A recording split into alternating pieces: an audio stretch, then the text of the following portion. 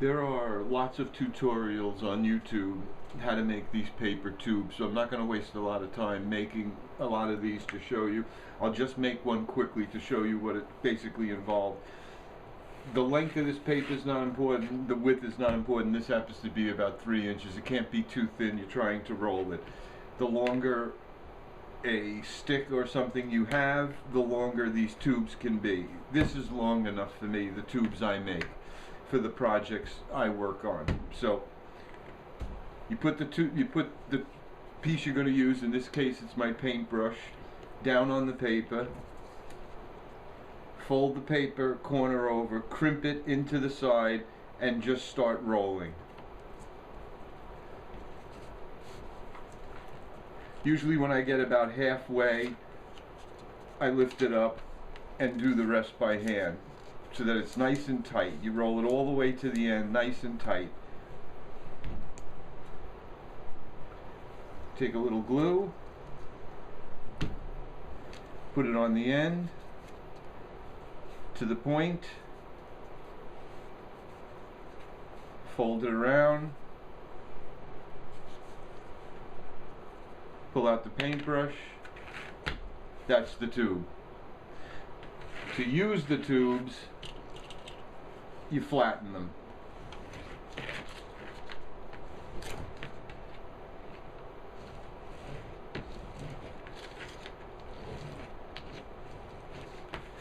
When flat, you're able to start moving them into shapes.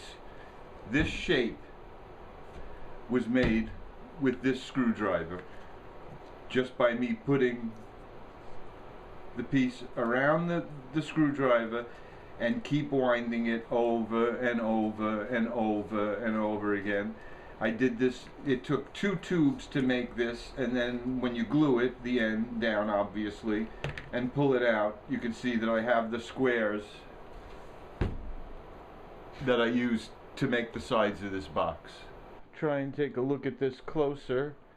Let me first see it at a distance.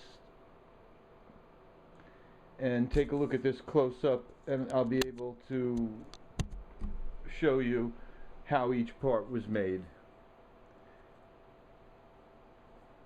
These are the squares I just showed you that I rolled with the screwdriver and the newspaper tubes. It takes 2 tubes to make one of these, and to make all of the squares I needed for all 4 sides was 138 tubes.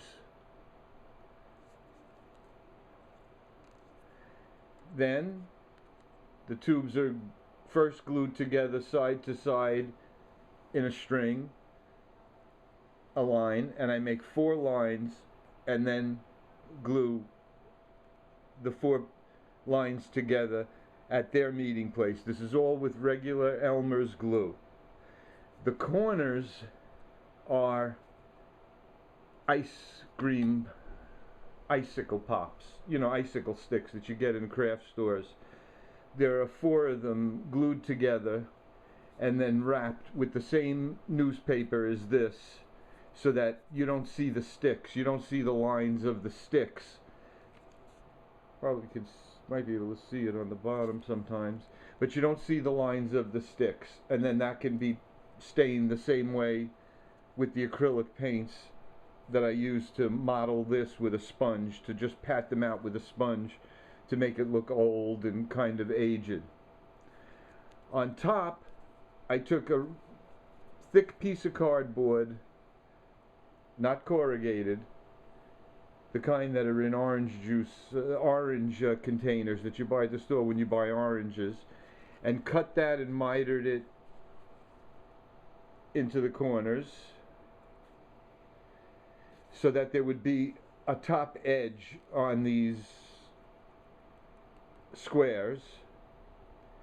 On the inside, the bottom first off has really hard piece of cardboard like the top, and on the inside I got some fabric, chevron fabric from Carol, to fabric the inside. Gives it a nice difference in look from the outside when you see it. And then on the other side of it, I just did a faux sponging with colors. And then once again, the newspaper tubes, rolled up very tight this time, not as a square, rolled up very tight, glued, and then used as the pegs, the legs for this piece. Then just went around and sanded off some sharp edges on the corners and stuff, painted in some black trim, and that's it. It is newspapers and popsicle sticks and the bottom piece of cardboard. That's all that's in this piece, and obviously takes time.